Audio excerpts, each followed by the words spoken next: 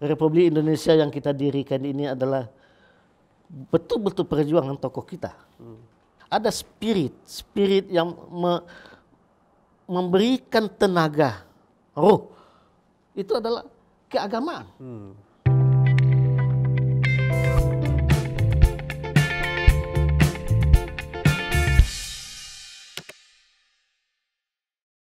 Oke, Assalamualaikum warahmatullahi wabarakatuh. Selamat pagi semuanya. Kembali lagi bersama saya Budi Hartawan atau yang biasa disapa Gus BH. Oke, kali ini kita akan ngobrol santai bareng sambil silaturahmi. Alhamdulillah pagi ini kita kedatangan tamu yang sangat penting. Beliau adalah Wasekjen Al-Ittihadiyah, sebuah organisasi yang kita tahu bahwa semenjak zaman sebelum kemerdekaan sudah ikut berjuang, ya, berdakwah, ya, terus kemudian juga berjuang demi kemerdekaan negara Republik Indonesia. Kali ini saya bersama dengan Bapak Zulkifli. Beliau adalah Wasekjen, ya. Beliau ini adalah Wasekjen Al-Ittihadiyah. Baik Pak, saya ingin tahu lebih dahulu biar masyarakat juga tahu bahwa sebenarnya awal mula berdirinya Al-Ittihadiyah ini seperti apa, terus kemudian bagaimana gerakan-gerakan dakwah yang dilakukan oleh organisasi Al-Ittihadiyah. Silakan Pak. Ya, baik. Ittihadiyah itu satu ormas Islam yang berdiri 27 Januari 1935 di Medan. 1935. Pendirinya adalah Tamatan Al-Azhar Mesir, Pak Syekh Muhammad Ahmad Dahlan, putra Langkat Melayu Langkat. Jadi ada Syekh Ahmad Dahlan Muhammadiyah, ada Syekh Ahmad Dahlan itu yang di Langkat. Jadi ada dua Pak ya. Ada dua. Syekh Jadi yang satu tamatan Mekah, yang satu tamatan Mesir. Yang Mesir ini di samping dia bawa ijazah ke Medan, dia bawa juga gadis Mesir itu ke Medan. Ini yang menarik ini Pak. Jadi beliau, ya Umi itu meninggal tahun 92 di Surabaya. Jadi kelahiran Ittihadiyah itu adanya pertentang kecil-kecil di Sumatera Timur sewaktu itu antara Al-Wasliyah dengan Muhammadiyah, ada kelompok tua, kaum muda segala macam itu. Nah, teman-teman yang datang dari Timur Tengah ini berpikir bagaimana menyatukan ini, karena kita menghadapi penjajah Belanda. Nah, mulailah dia mengadakan pertemuan. Nah, terakhir hari Ahad 27 Januari 35 itu di gedung Yung Ismail Bon, Sumatera Utara, itu diadakan pertemuan dengan 200 orang lebih tokoh-tokoh. Nah, lahirlah Ittihadiyah. Nah, yang menariknya Ittihadiyah itu, beliau ditopang oleh Kesultanan Delhi, Kesultanan Serdang, dan Langkat. Jadi ketiga sultan itu diangkat sebagai pembina, penasihat utama PB Al-Ittihadiyah sewaktu itu. Nah, uniknya di Ittihadiyah pertama itu ada ulama, ada pegawai kereta api, ada pegawai masjid raya, segala macam. Jadi komplit. Nah, salah satu lagi yang agak lucu juga dan itu paling Indonesia. Ketua Ittihadiyah itu sampai hari ini sudah 9 orang. Ketua pertamanya orang Langkat, keduanya orang Bukit Tinggi. Yang di Medan. Ketua ketiganya orang Banten yang lahir di Langkat itu. Lahir dan besar di Langkat. Nah, kemudian ketua keempatnya Pak Zainal Arifin Abbas itu tokoh Sumatera Utara dan dia tokoh pejuang, ya pejuang veteran Republik Indonesia, dan dialah sewaktu perang Medan Area tahun 46 itu meminta bantuan ke Aceh, maka Mariam dari Aceh itu datang ke Medan. Dikirim ke Medan. Nah, kemudian setelah itu kita ketuanya Pak Zainal, kemudian Pak Seuti Nur, kemudian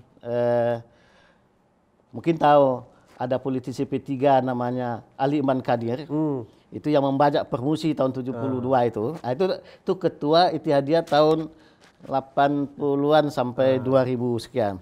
Nah, 2003 dia meninggal, 2004 itu terpilihlah ketua Ittihadiyah itu sewaktu itu wakil ketua DPR MPR, Pak Brigjen TNI Nazri Adlani sewaktu itu. Nah, sekarang ketuanya Pak Lukman Hakim. Jadi Ittihadiyah ini sebuah umat Islam yang bergerak bidang pendidikan, dakwah, sosial dan kemasyarakatan. Nah, tadi Pak Zulkifli sebutkan bahwa sebenarnya ada kegelisahan ya awalnya. Beberapa orang yang dari Al-Wasliyah dan juga Muhammadiyah kegelisahan. Ini gimana sih caranya menyatu? Lalu kemudian akhirnya lahirlah Al-Ittihadiyah ini dengan beragam orang ya, ulama, terus pegawai kereta api dan yang lainnya. Nah sekarang Pak, corak dari gerakannya Al-Ittihadiyah ini mana yang lebih dekat?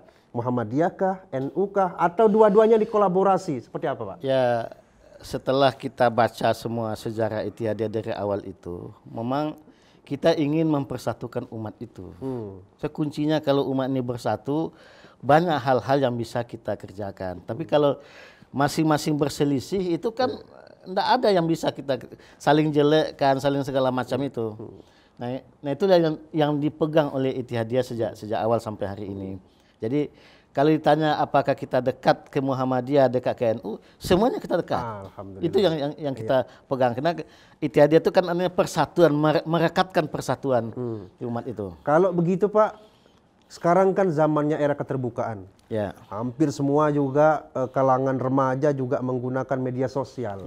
Nah, bagaimana kemudian Al-Ittihadiyah melakukan gerakan dakwah di dalam era yang ya sangat terbuka inilah, era generasi milenial ini. Bagaimana Al-Ittihadiyah dalam menanggapi era sekarang ini? Ya, jadi kita kemarin itu saya keliling Sumatera. Temu dengan berbagai kalangan Ittihadiyah. Jadi yang menarik itu memang salah satu yang persoalan Ittihadiyah 20 tahun terakhir itu adalah kaderisasi. Nah, soal kaderisasi ini yang agak terputus. Maka kemarin kita sudah temu alumni. Kita di Medan itu punya panti asuhan Mamiyai namanya. Panti asuhan Mamiyai itu berdiri 19 Mei 43. Nah, alumni Mamiyai di sini itu punya anak cucu segala macam. Ini sedang kita rekatkan. Sehingga dakwah yang multimedia segala macam ini tentu kita tidak menutup mata kan. Apalagi usia subur Indonesia kan cukup besar. Nah, ini memang perlu ada kajian khusus bagaimana untuk menangani media dakwah yang kepada generasi muda itu. Ya kan kalau dulu kita kan monoton, tapi hari ini kan orang sudah pakai HP segala macam, itu kan perlu disikapi dengan bagus tuh. Jadi kami memang mau muktamar tahun depan itu juga mau membicarakan bagaimana untuk mengantisipasi itu. Tadi juga saya sekilas mendengar Pak, jadi pendirinya ini alumni Al-Azhar. Dan kita tahu bahwa Al-Azhar ini kan banyak melahirkan tokoh-tokoh moderat. Dan ketika pulang ke Indonesia pun menjadi penggerak ya. Nah, bagaimana kemudian Al-Ittihadiyah melakukan pencegahan terhadap paham-paham transnasional yang mengganggu negara kesatuan Republik Indonesia ini dengan misalnya mengatakan bahwa pokoknya selain ini kafir atau misalnya selain ini tidak menjadi bagian daripada kawan saya. Gimana ini Al-Ittihadiyah agar Indonesia ini menjadi benar-benar negara kesatuan Republik Indonesia ini tidak terpecah Pak? Ya baik. Sebagai sebuah ormas Islam yang lahir sebelum kemerdekaan, tentu saja Ittihadiyah sudah memikirkan bagaimana untuk menyelamatkan negara ini. Nah, peristiwa Medan Area tahun 46 itu Pak Zainal Arifin Abbas sebagai komandan Sabilillah di Medan sewaktu itu cukup besar ya peranannya. Yang kemudian juga kita melihat sekarang ini kan ada hal-hal yang mungkin tidak diketahui besar, tapi menjadi momok kadang-kadang kan. Nah, kalau Ittihadiyah sendiri, ya kita sudah bertekad. Karena kita yang melakukan republik ini tentu kita jaga dengan sebaik-baiknya. Bagaimanapun ceritanya kan, karena kita yang melahirkan dengan segala pengorbanan jiwa, banjir darah segala macam kan. Yang kedua adalah kita perlu sekarang ini menerbitkan buku-buku kecil kepada anak-anak kita itu bagaimana tokoh-tokoh kita itu sudah selesai soal ini. Dia pejuang. Nah, Salah satu misalnya kan Buya Hamka. Buya Hamka itu pernah di demo oleh pemuda Muhammadiyah. Kenapa Buya Hamka itu hormat bendera? Kata Buya Hamka, Anda berapa umur Anda? Saya ini sudah berumur tua. Kalau kita baca dalam buku Kenang-kenang Hidup Buya Hamka yang 4 jilid itu, sewaktu agresi kedua itu Buya Hamka itu ketua mobilisasi penerangan desa dan nagari se-Sumatera Tengah sewaktu itu. Dan dia 4 bulan jalan kaki, Pak. 4 bulan ya. Nah, sewaktu agresi kedua itu kan ada namanya peristiwa Si-7. Itu sewaktu setelah tokoh-tokoh itu berapat malam hari sampai subuh. Tapi ada yang sampaikan ke Belanda itu ada orang rapat. Dibunuhlah semua itu yang di atas surau itu. Ada bupati militer, 50 kota segala macam. Nah, pagi harinya datang utusan Buya Hamka itu di Kota Tinggi perbatasan 50 kota dengan Riau. Dia katakan salah satu yang meninggal itu adalah Khatib Sulaiman, kawannya. Sama bendera itu teringat dia meninggal. Nah, kalau generasi sekarang kan itu kan tak jelas. Tapi kalau kita bingkai kalimat itu dengan baik kan, kita terbitkan kecil-kecil, itu akan ada nilainya itu kan.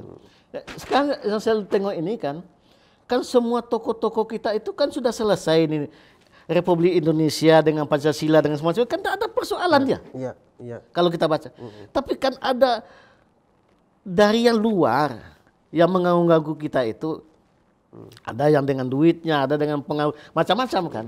Dan itu kita di LPOI itu setiap minggu kita rapat itu muncul hal-hal seperti itu kan.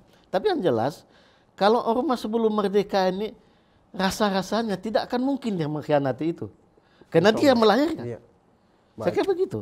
Lalu bagaimana pesan ya ini kepada kami kaum muda lah ini. Jadi karena Al-Ittihadiyah ini merupakan ormas yang lahir sebelum kemerdekaan, yang juga turut melahirkan Negara Kesatuan Republik Indonesia. Kami harus menjaganya. Apa pesan daripada Bapak Sekjen Pak Zulkifli terhadap kami yang generasi muda ini? Baik.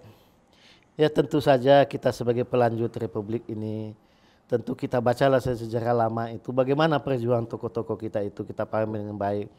Dan kemudian tentu dengan perkembangan zaman yang berbeda dengan dulu itu, tentu kita tidak menutup kemungkinan itu. Tapi yang jelas, Republik Indonesia yang kita dirikan ini adalah betul-betul perjuangan tokoh kita.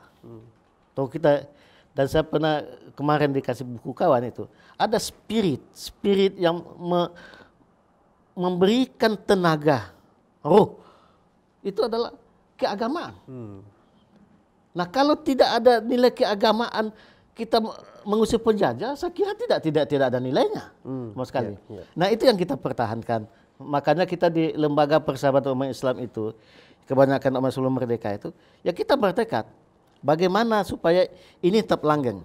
Dan kita akan mengkanter hal-hal yang memang akan mengacaukan kita atau yang ingin merobohkan bangunan yang sama-sama kita dirikan ini. Saya kira begitu. Ya.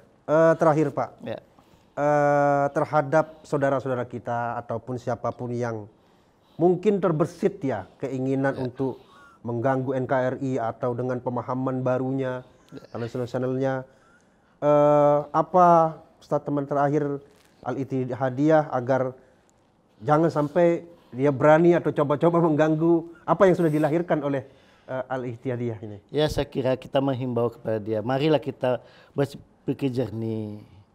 Kita berpikir jernih bagus-bagus kan bagaimana kehidupan kita ini di Republik ini sejak sebelum kemerdekaan sampai merdeka sampai hari ini. Kalau itu yang kita anukan, saya kira tidak akan ada hal-hal yang lain. Tapi memang kadang-kadang pemahaman ini kan yang tidak timbul sehingga ya mungkin dipicu juga oleh kehidupan, oleh segala macam. Dia memang kalau kita lihat hari ini, ya misalnya di Poso itu kan gangguannya cukup tinggi kan. Nah, kemudian kita tengok belakang belakang ini, berapa Densus menangkap itu. Jadi saya kira memang tugas kita ke depan bagaimana menyadarkan beliau, mengajak baik-baik kan. Memang ya itu kan ya tidak sekali jadi, tapi minimal kita sudah menyuarakan, sudah menghimbau, mari kita rawat republik ini dengan baik kan. Apapun ceritanya. Nah, kemudian kalau ada hal-hal, ya mari kita musyawarahkan baik-baik juga kan. Nanti ya kan tidak ada yang tidak selesai dengan musyawarah itu, tapi dengan itikat yang baik, kan begitu. Saya kira begitu. Baik, terima kasih Pak Zulkifli. Saya kira sudah sangat jelas ya. Mari kita jaga dan kita rawat negara kesatuan Republik Indonesia ini bukan hanya untuk kita tetapi untuk generasi selanjutnya. Dan kita semua berharap semoga Indonesia ini menjadi negara yang baldatun thayyibatun wa rabbun ghafur. Demikian dari saya. Assalamualaikum warahmatullahi wabarakatuh.